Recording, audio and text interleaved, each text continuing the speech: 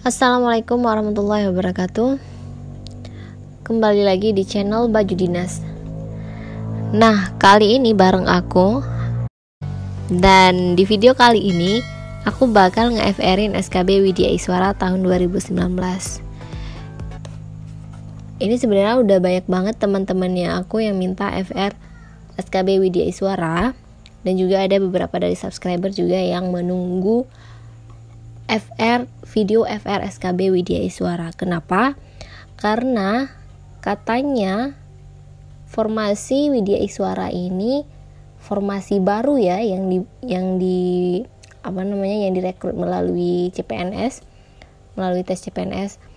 Makanya calon Widya Iswara ataupun yang biasa disingkat sebagai cawit, mereka nggak punya bayangan sama sekali soal SKB-nya itu gimana sih.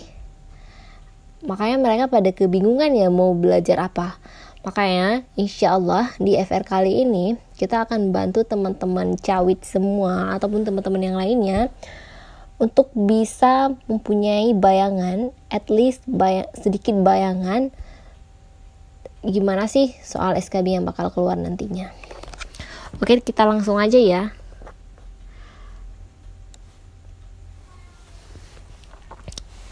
Oke, FR SKB Widya Iswara kali ini merupakan hasil wawancara dengan peserta tes.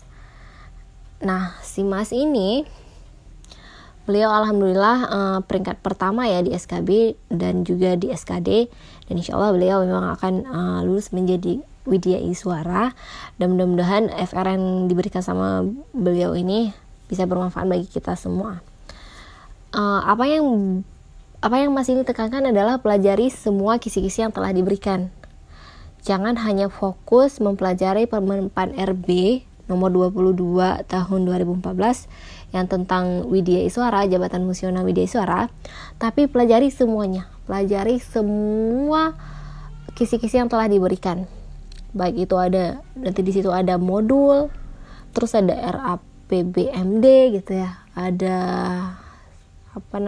RP juga, rencana pembelajaran, dan ada ilmu komunikasi gitu ya, dan lain sebagainya. Itu dipelajari semua ya teman-teman calon Widya Iswara. Nah, dan lainnya ini si Mas ini memberikan gambaran secara umum ya, karena memang soalnya itu emang luar biasa analisisnya. Makanya Masnya hanya ingat poin-poin khusus yang memang ditanyakan di tes SKB-nya. Masnya ingat tentang metode pembelajaran ya. Dia tuh dikasih kasus, kemudian ditanyai metode pembelajaran seperti apa yang cocok untuk situasi seperti ini, bla bla bla, dan and so on and so forth. Makanya sarannya sih cari aja semua bahan yang ada di internet, walaupun ya kita tahu ya bahan yang ada di internet itu emang umum ya, nggak ada yang metode pembelajaran khusus untuk calon Widya Iswara atau untuk metode pembelajaran untuk guru, untuk dosen, nggak ada khusus ya, emang semuanya umum. Makanya pelajari aja, insya Allah nantinya akan sangat membantu teman-teman semua. Dan kemudian Masnya juga ditanyain tentang modul.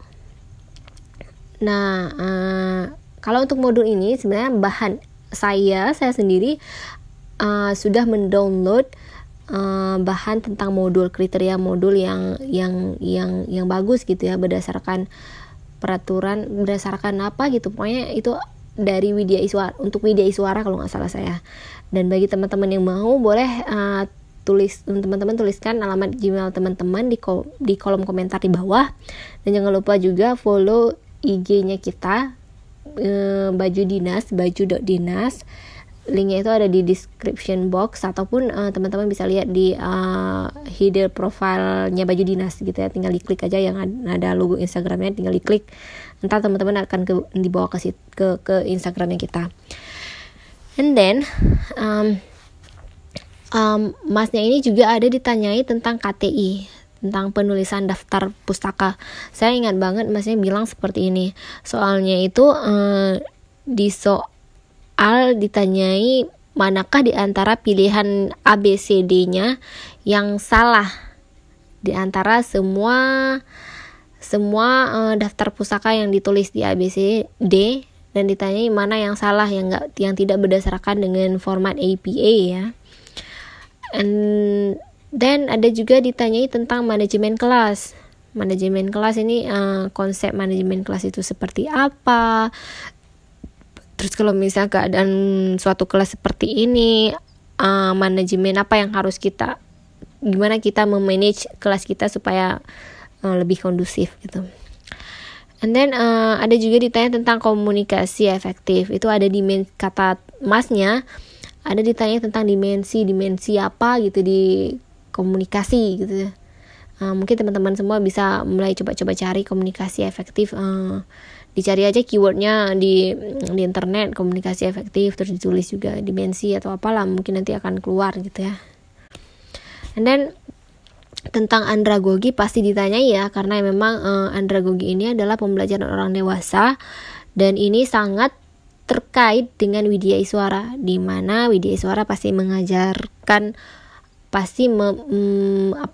Widya Iswara ini memimpin pembelajaran orang dewasa andragogi. Dan kata emasnya ini banyak sekali soal analisisnya. Makanya memang teman-teman kalau bisa mantepin aja mantepin aja ilmu andragoginya gitu ya. Ntar pasti akan tahu pas baca soal, oh ini tentang andragogi, ini yang konsep ini, yang konsep gitulah teman-teman ya. And then ada masnya paling ingat satu soal tentang regulasi ASN itu, undang-undangnya itu nomor berapa gitu ya. Jawabannya teman-teman udah tahu semua ya, pasti UU nomor 5 tahun, ini kenapa dan ya, UU nomor 5 tahun 2004. Oke, itu tentang ASN. Kalau tentang manajemen ASN itu UU nomor berapa? Nomor 11 ya, pokoknya tahun 2007 kalau nggak salah saya. And then masih juga ditanya tentang jenjang Widya Iswara. Ini jenjang yang ada di Widya Iswara ini saya sudah bahas di video sebelumnya, yang latihan soal SKB. Itu ada jenjang Widya Iswara, ada 4 ya jenjang. Pertama pokoknya ada 4. Ntar teman-teman bisa lihat sendiri di video saya sebelumnya tentang Widya Iswara. Dan si masnya ditanyai tentang jenjang utama Widya Iswara itu apa, dan jawabannya ahli utama ya, Widya Iswara ahli utama. Kemudian masnya juga ditanya tentang penyusunan kurikulum. Tahap-tahap penyusunan kurikulum itu seperti apa sih? Misalnya dari pertama menentukan subjek mungkin apa gitu, terus menentukan tujuan kurikulum ini untuk apa gitu ya. Teman-teman bisa cari, itu banyak sekali di internet. Makanya sebijaksana teman-teman lah memilih yang mana yang mau teman-teman pelajari ya. Saking banyaknya gitu ya, saya nggak tahu mau rekomendasi ini yang mana. And then ada juga ditanya tentang artikel ya. Artikel itu sama dengan KTI yang tadi, karya tulis ilmiah. Dan untuk KTI ini juga sebenarnya saya juga sudah menemukan beberapa bahan ya, banyak sekali bahan yang sudah saya temui. Coba saya tunjukin. Sebenarnya ada banyak sekali bahan yang sudah saya coba cari ya teman-teman semuanya. Cuman saya belum sempat saya ini kan saya satukan dalam satu video atau satu file untuk dibahas semua ya. Banyak sekali ini. Saya nemuin ada banyak sekali, ada baca new materi, ada andragogi aja udah sebanyak ini, ada Juknis, Widya Iswara, ada tentang KTI. Ini saya belajar dari screenshot yang ada di internet. Ada juga penyusunan RBPMD ya, I don't know, pokoknya seperti itulah ya, RBPMD sebenarnya saya salah tulis judulnya. Terus ini ada screenshot juga, banyak sekali screenshotnya. Ini ada tentang kisi-kisi, banyak sekali yang bahan yang ada di saya. Cuman nanti Insya Allah bakal saya share satu persatu, sekalian kita belajar sama-sama ya teman-teman ya. Oke, kita kembali lagi ke yang ini. Nah, tadi udah artikel sudah, terus ada metode penelitian teman-teman.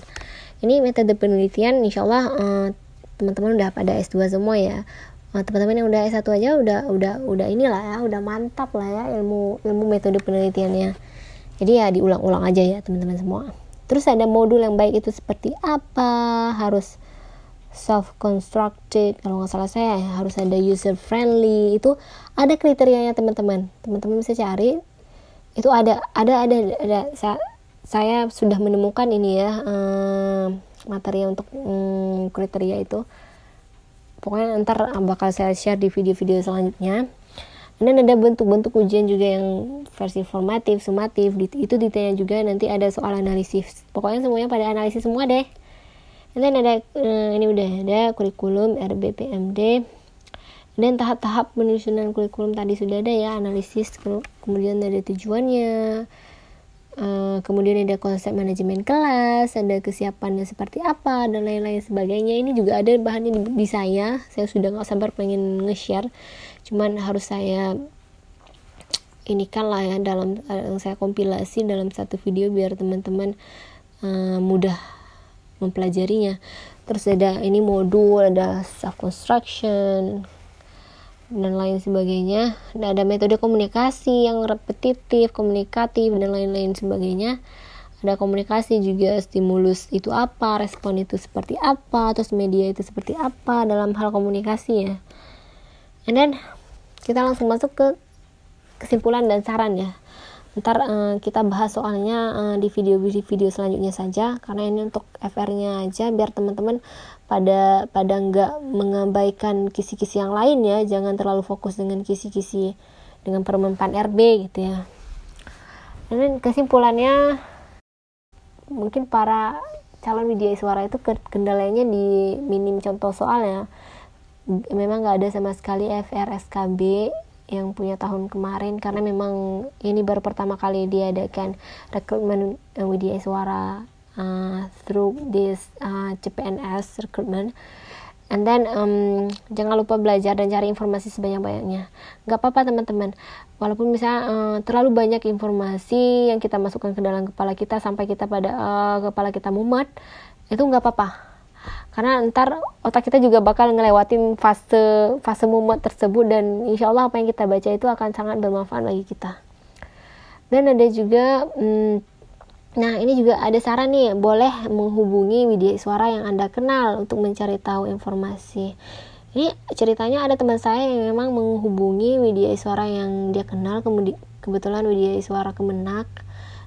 Dia nanya nih, dia nanya bahan RBPMD, RP, karena kan nggak pernah selain widya suara kan jarang ya ngelihat perangkat seperti itu ya, makanya dia langsung minta dikirimin sama widya suaranya, dan dia belajar dari situ.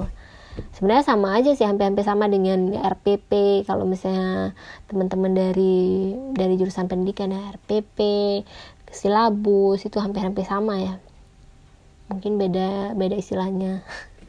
Oke, next juga memang akan terlalu banyak materi yang umum ya, karena kita akan susah mencari standar yang mana yang khusus untuk widya suara, yang mana khusus untuk apa namanya, untuk menunjang, pokoknya tentang widya suara pokoknya akan susah. Tapi nggak apa-apa, dicari aja dulu, insyaallah informasi-informasi yang kita dapatkan itu akan bisa membackup knowledge kita ketika kita tes nantinya. And then tetap fokus, stay focused, and don't be nervous. Jangan gugup, walaupun soalnya memang akan sangat panjang-panjang dan butuh analisis yang sangat kuat, tapi nggak apa-apa teman-teman. I know we can do it because we are already in this pace. Dan you can if you think you can ya. Where there is a will, there is a way. Dimana ada kemauan, di situ pasti ada jalan. Oke, thank you. Mudah-mudahan FR ini bermanfaat bagi teman-teman semua. Jangan lupa subscribe, share, like, and comment. Bye bye. Assalamualaikum warahmatullahi wabarakatuh.